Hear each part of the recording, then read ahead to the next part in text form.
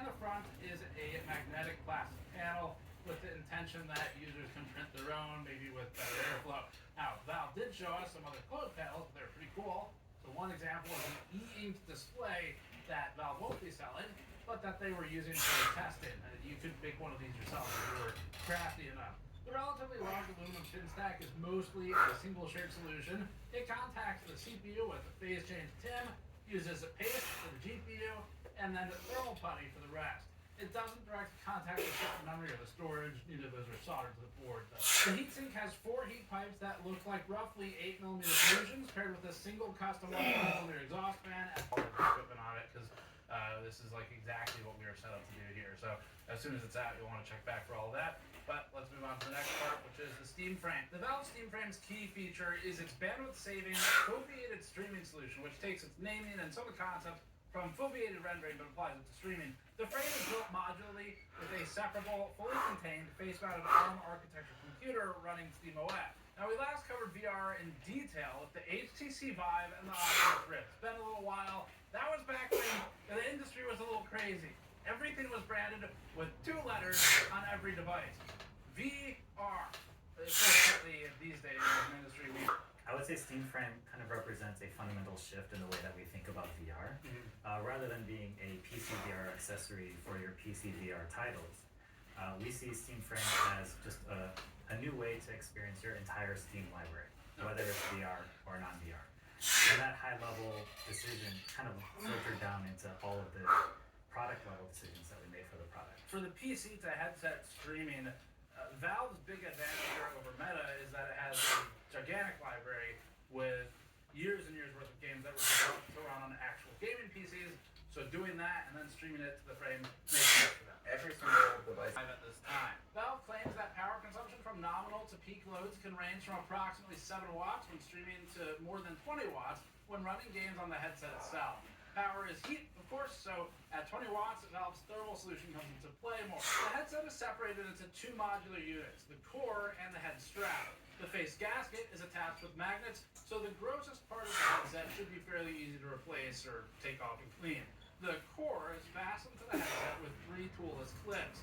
The core contains the optics, the compute, and the cameras. Meanwhile, the head strap contains the audio and the battery. And because everybody with a 3D printer is looking for a problem to solve, we're pretty confident that people will make quick use of the modularity in their design. We got a huge amount of detail on the frame's thermal solution and how it's supposed to keep the device cool. Of course, have to test that and keep the user's face cool. But we'll have most of that in an immediate follow-up because we went pretty deep on it with some of the engineers there. It's a really fun video. That's going to be a separate one on the channel, so subscribe to catch that. We're going to do some basics, though, for this one. The short version for today is that there's... Oh wait, and then I can recall the maggots with this button. Oh, got it. Man, this is like Pikmin. Enemies covered in maggots take more damage from your weapons. So you're covered in maggots, I deal extra damage. Already, I think that's a really good idea for like increasing damage.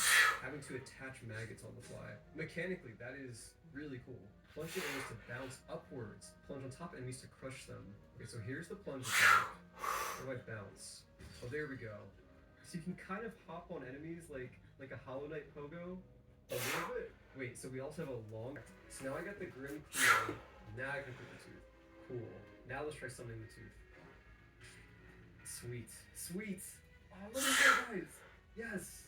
Okay, their special ability is they deal extra damage on the 30-second hit. Which I guess is also kind of a joke about how many teeth humans have. Go, my teeth. Go. Oh, they don't stick on like the maggots. Okay. So I gotta keep throwing. Yep, that's the crit. Interesting. So this is actually a different playstyle. I feel like the maggots are way better. Feature, the one that got away. Legendary fisherman shamefully retires due to failed catch. Damn. Right click to cast your line, okay?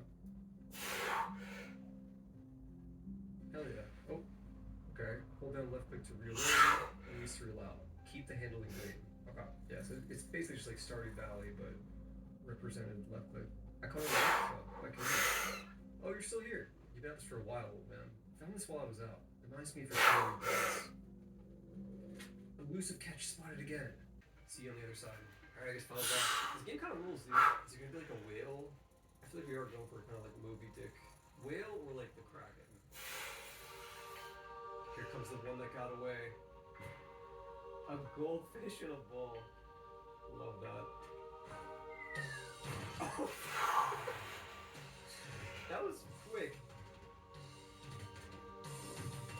Oh, the way it's animated is so fun too. Where like he's hitting the edge of the bowl to like propel himself. Oh, this is gonna be hard. God.